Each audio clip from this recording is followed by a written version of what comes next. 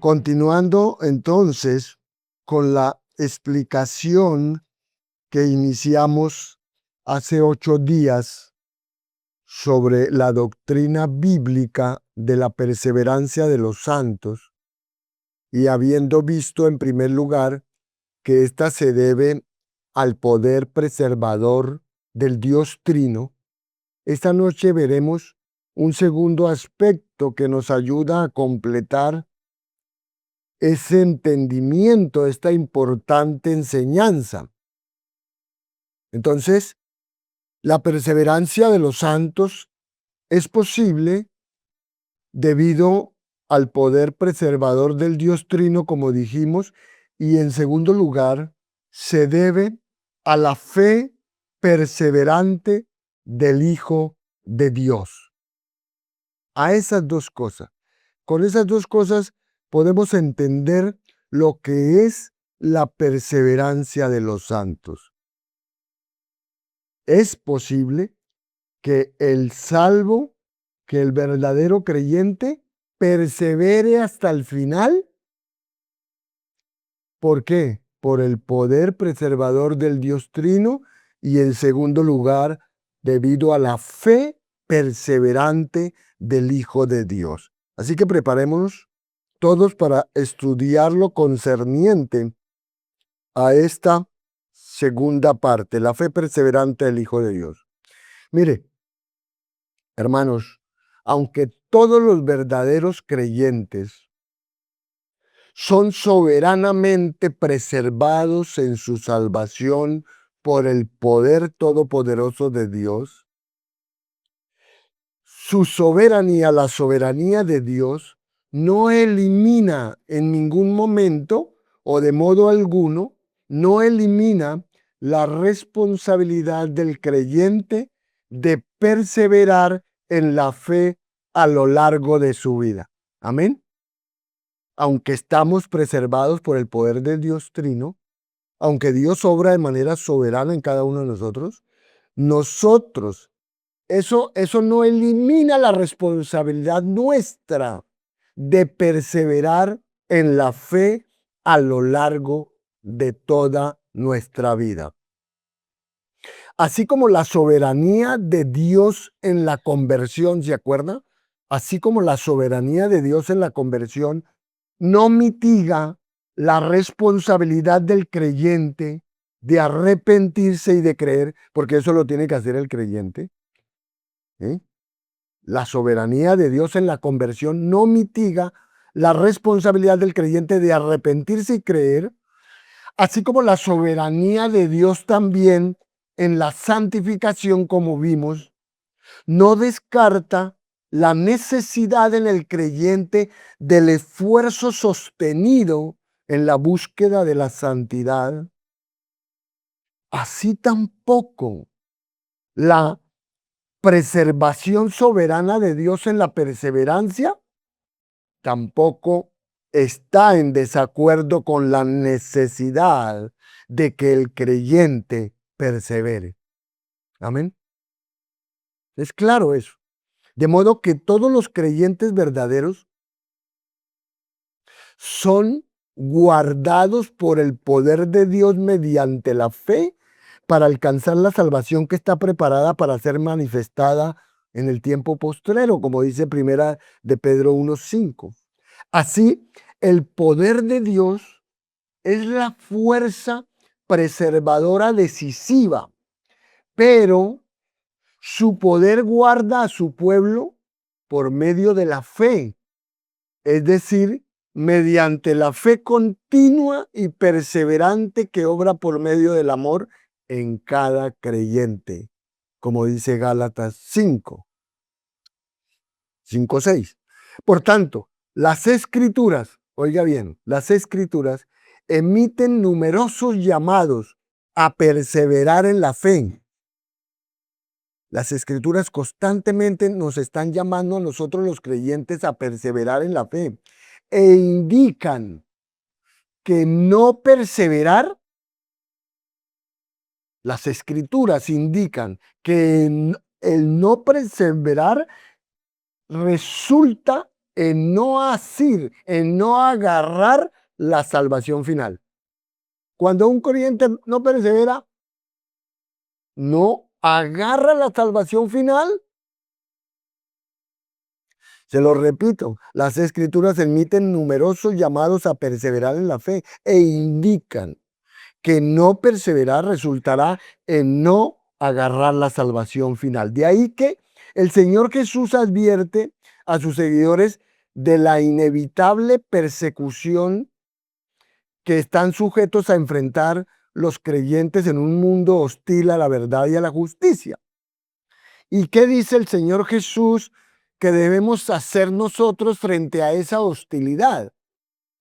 Bueno, Él llama a la resistencia, diciendo, por ejemplo, en Mateo 10:22, seréis aborrecidos de todos por causa de mi nombre, mas el que persevere hasta el fin, éste será salvo.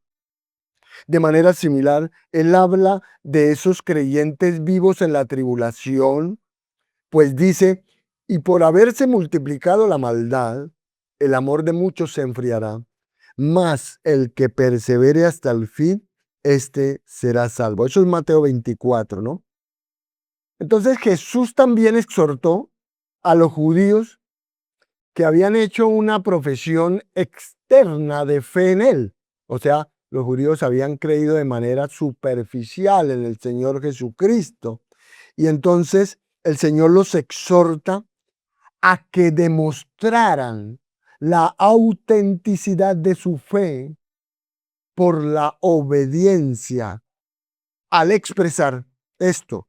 Dijo entonces Jesús a los judíos que habían creído en él: si vosotros permaneciereis en mi palabra, seréis verdaderamente mis discípulos. Es claro, ¿no? Eso es Juan 8:31.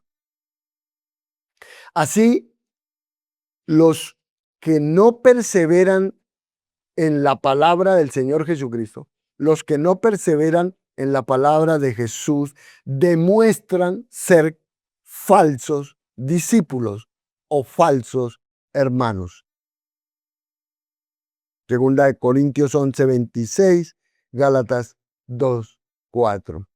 ¿Por qué? ¿Por qué dice esto? Porque son de los que, estas son personas de las que afirman pertenecer a Jesús. Ellos dicen pertenecer a Jesús, pero no producen el fruto necesario que testifica de la conversión genuina. ¿Sí ve? No producen. Una cosa es decir soy cristiano, una cosa es decir yo pertenezco a Cristo y otra cosa es que mi comportamiento, mi vida no muestra el fruto que debe de haber, que testifica la genuina conversión. Y cuando Pablo busca proporcionar seguridad a aquellos por los que Cristo ha muerto, él sugiere que algunos que afirman estar entre estos no lo están. Hay unos colados, ¿no? Como diciéndolo de otra manera. Y explica en Colosenses 1:22 al 23 que Cristo los presentará santos y sin mancha e irreprensibles delante del Padre. Oiga bien esto. Si en verdad Él los va a presentar sin mancha, santos e irreprensibles ante el Padre, si en verdad permanecen fundados y firmes en la fe y sin moverse de la esperanza del Evangelio que han oído, el cual se predica en toda la creación que está debajo del cielo. Y de manera similar, el autor de Hebreos, hermanos, en el capítulo 3, verso 14, nos asegura que somos hechos participantes de Cristo. ¿Cómo? Con tal de que retengamos firme hasta el fin nuestra confianza del principio. Ahí está. Claro, la fe perseverante del creyente. Entonces, ¿qué dijimos en todos estos pasajes?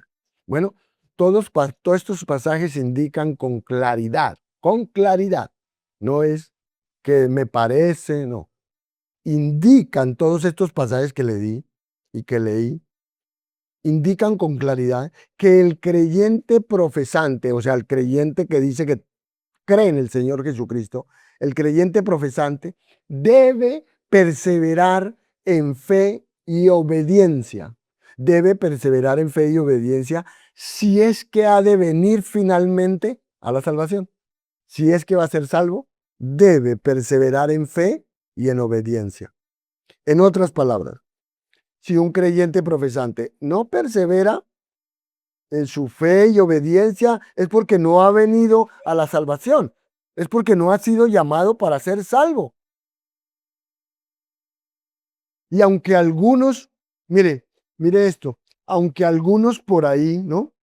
Dentro del contexto cristiano, aunque algunos por ahí les aseguren a los cristianos profesantes que ya son salvos y que el cielo es suyo, independientemente de cómo vivan después de profesar su fe, como es común escuchar en formas de cristianismo antinomiano, o sea, antiley, en formas de cristianismo de quietismo, ese cristianismo que dice que no hay que hacer nada, que ya todo lo hizo Cristo, ese, o como lo es en la teología de la presunta gracia gratuita, pues tales conceptualizaciones del poder preservador de Dios están en firme oposición a la enseñanza de la Escritura. Es decir, lo que acabo de decir es esto.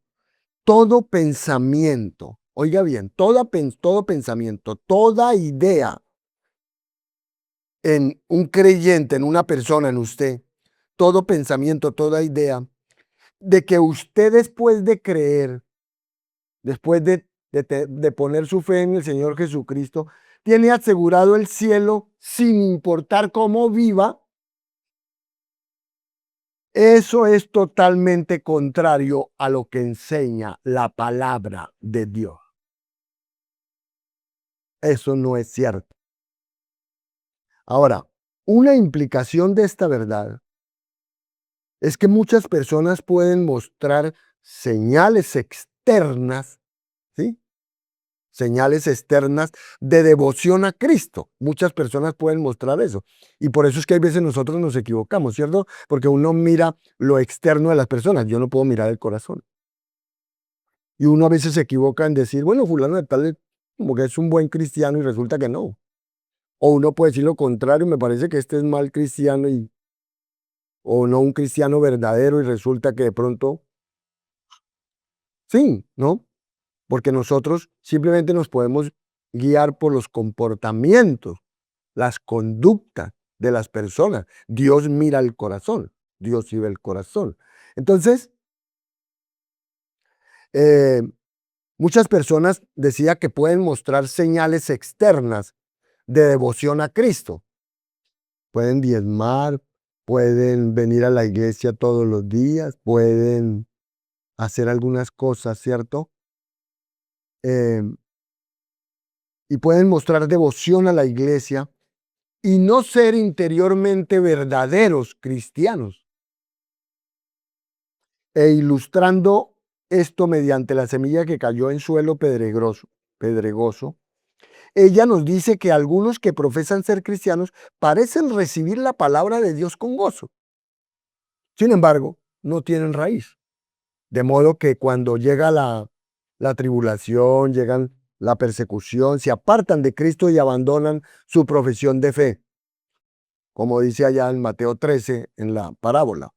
Por eso Jesús advierte que algunos que hacen una entusiasmada profesión de fe en Cristo y hasta parecen ejercer dones milagrosos, ¿cierto? Del Espíritu Santo, parecen tener dones milagrosos del Espíritu Santo, llegarán al día del juicio esperando heredar la salvación, pero en su lugar serán enviados a la destrucción, como aparece en el muy conocido texto que lo leemos muchas veces, Mateo 7, 21 al 23, porque es algo Impresionante. Usted ya lo conoce. No todo el que me dice Señor, Señor entrará en el reino de los cielos. No todo, no todo.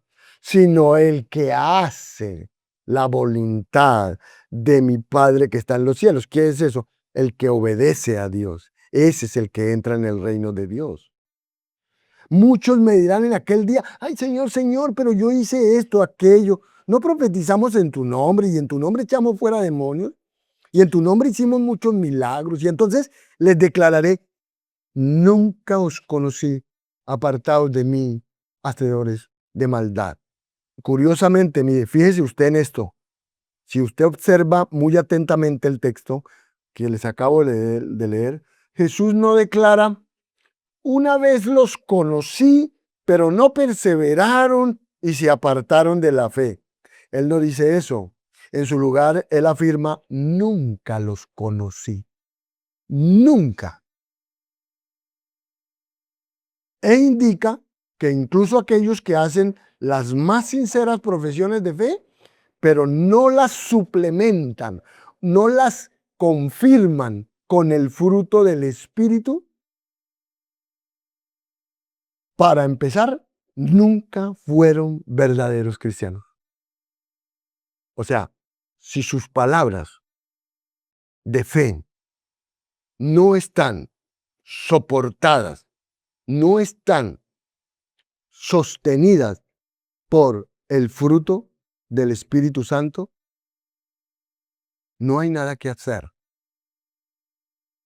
Nunca fueron verdaderos cristianos. Dicho de otra manera, aquel que dice ser creyente, pero no lo prueba, ¿cómo?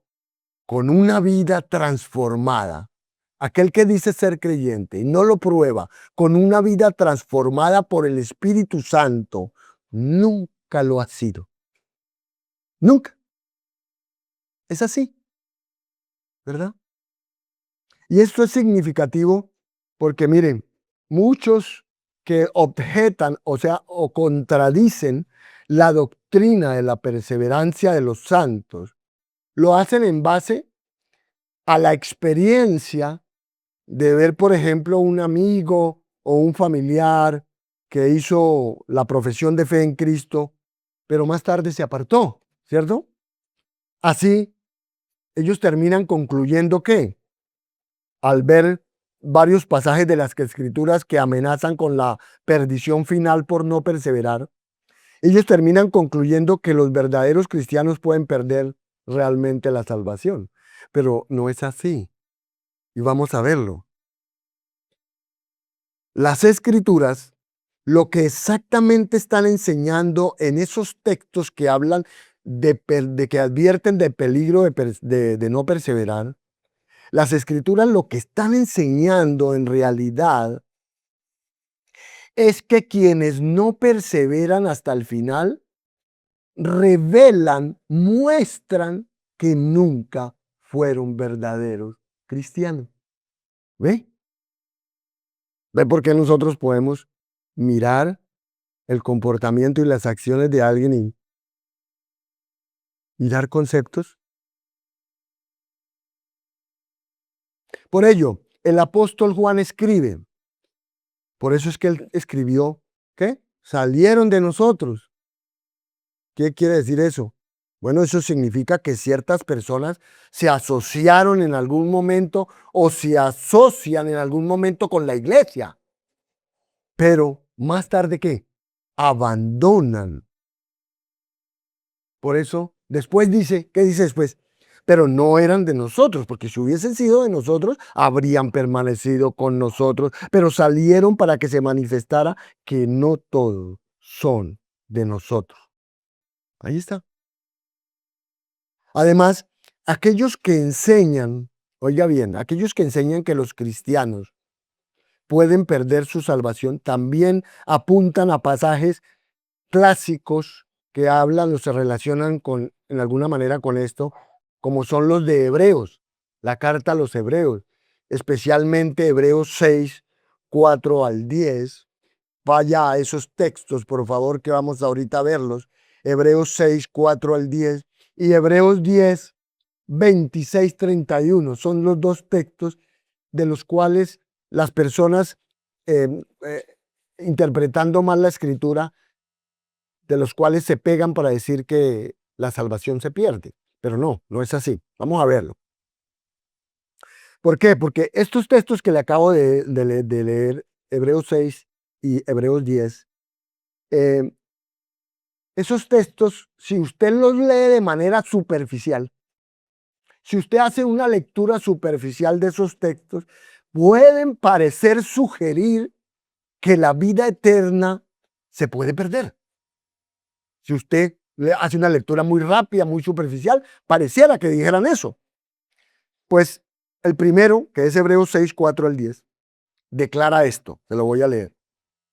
Porque es imposible que los que una vez fueron iluminados y gustaron del don celestial y fueron hechos partícipes del Espíritu Santo, y asimismo gustaron de la buena palabra de Dios y los poderes del siglo venidero, y recayeron, sean otra vez, es imposible, sean otra vez renovados para arrepentimiento, crucificando de nuevo para sí mismos al Hijo de Dios y exponiéndole a vituperio, porque la tierra que bebe la lluvia, que muchas veces cae sobre ella y produce hierba provechosa a aquellos por los cuales es labrada, recibe bendición de Dios. Pero la que produce espinos y abrojos es reprobada, está próxima a ser maldecida y su fin es ser quemada. Pero en cuanto a vosotros, oh amados, estamos persuadidos de cosas mejores y que pertenecen a la salvación, aunque hablamos así. Porque Dios no es injusto para olvidar vuestra obra y el trabajo de amor que habéis mostrado hacia su nombre, habiendo servido a los santos y sirviéndoles aún. Miren, si usted hace un examen o análisis bien detenido del texto, lo que el escritor de Hebreos está diciendo aquí es, o lo que él está haciendo acá, es contrastar claramente al menos dos clases de oyentes del mismo mensaje del Evangelio. Ahí hay dos clases de oyentes, dos clases de personas que escuchan el mismo mensaje del Evangelio. Ahí vemos, vea, un grupo que es ilustrado en el versículo 7 como tierra madura, ¿cierto? Sobre la que cae la lluvia de la semilla del Evangelio y que produce el fruto de la salvación eterna. Ese es un grupo. Y son salvos. Pero según el versículo 8, también está el segundo grupo, que es presumiblemente miembros de la misma congregación, que también escucha el mismo evangelio, el mismo mensaje, y sin embargo, la verdad del evangelio produce en ellos espinas inútiles y abrojos, por lo que son destinados a ser quemados. ¿Ahora lo entienden? De manera que el escritor está advirtiendo a este segundo grupo, ¿cuáles? Los que no producen fruto, los que no reciben el evangelio como debe ser, los que no reciben el mensaje como debe ser y no perseveran y no cambian y siguen ahí como si nada. Entonces, él le advierte, él lo que está haciendo es advirtiendo a este segundo grupo de oyentes que ellos corren el peligro de no haber respondido nunca de la forma correcta a la semilla del evangelio. Por esta razón, en el versículo 9 afirma, aunque hablamos así, es decir, aunque emitimos estas graves advertencias del versículo 8 a aquellos que están en peligro de rechazar el evangelio, En cuanto a vosotros, en cuanto a ustedes, ¿a quiénes? A los verdaderos. En cuanto a ustedes que están firmes en la fe y dando fruto, es decir, aquellos en el versículo 7 que creen genuinamente en Cristo, aquellos que creen genuinamente en Cristo, en cuanto a ustedes, estamos persuadidos de cosas mejores y que pertenecen a la salvación. Amén. Ahí está claro. Claro. Por tanto, la clave para interpretar este pasaje y todos los demás pasajes de advertencia que hay en Hebreos, como el del capítulo 10, 26, 31, la clave es determinar a quién se está advirtiendo y por qué. ¿A quién se le está advirtiendo y por qué? Esa es la clave. Ahora, entonces, aquellos que responden positivamente al Evangelio al principio, ¿no? Todo el mundo llega así, al Evangelio, gloria a Dios, aleluya. Entonces, los que responden positivamente al Evangelio al principio para rechazar a Cristo más tarde,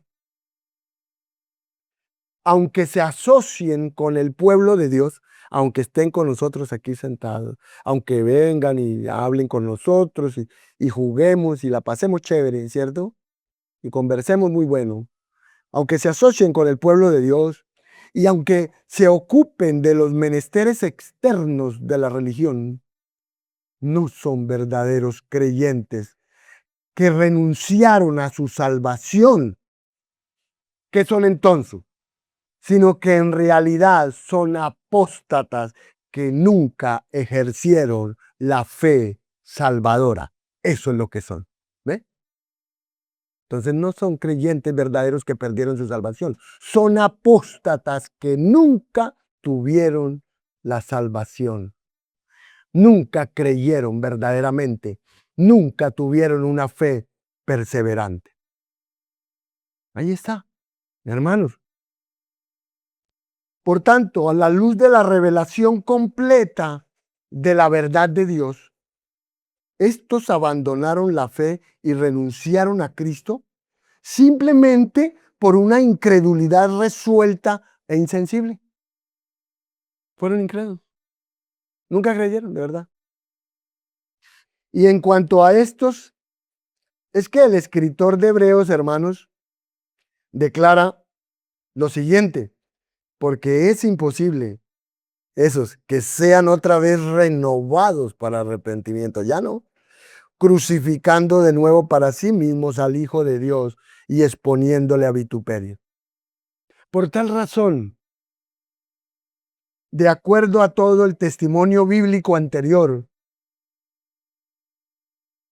es imposible aplicar semejante lenguaje de Hebreos a verdaderos creyentes que han sido unidos a Cristo por la fe.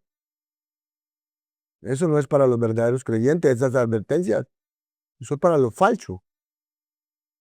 Así, estos pasajes de advertencia son solo eso. Son graves advertencias a aquellos de entre una congregación de cristianos profesantes, quienes, por no perseverar en fiel obediencia a Cristo, demuestran que su profesión de fe no es verdadera y están en peligro de apostasía y condenación. Eso es. ¿Eh? Entonces, amados hermanos, al analizar todas estas cosas, ¿qué es lo que estamos diciendo hace mucho tiempo aquí? ¿Qué es lo que hemos dicho hace mucho tiempo a través de nuestros mensajes, los domingos, los viernes, los miércoles, todas las veces, los devocionales? Siempre hemos dicho todas estas cosas, siempre hemos hablado todas estas cosas. Sin embargo, usted puede ver, ¿verdad? Entonces, cuando uno analiza todo esto, uno entiende, hermanos, y le encuentra explicación, uno encuentra explicación a lo que ha sucedido, y está sucediendo con muchas personas que han llegado a ser parte en algún momento de la iglesia, pero ya no están. O en su lugar van de iglesia en iglesia y nunca permanecen en ninguna parte. Nunca se afirman, y no precisamente por razones valederas. También ahora entendemos por qué es que otras personas permanecen indiferentes ante las advertencias y las amonestaciones de la palabra de Dios, sin evidenciar, sin mostrar cambio alguno. Y claro, por supuesto, hermanos, entendemos que en todo ministerio, en toda iglesia, hay cosas que deben de mejorar e incluso cambiar, y en todos y cada uno de nosotros, empezando por mí. De ahí que cada creyente debe ser parte activa con su servicio y trabajo, ¿cierto? Cada creyente debe convertirse en una parte que ayuda, que apoya, en lugar de solo limitarse a esperar, a recibir, a encontrar todo lo que él quiere que le den.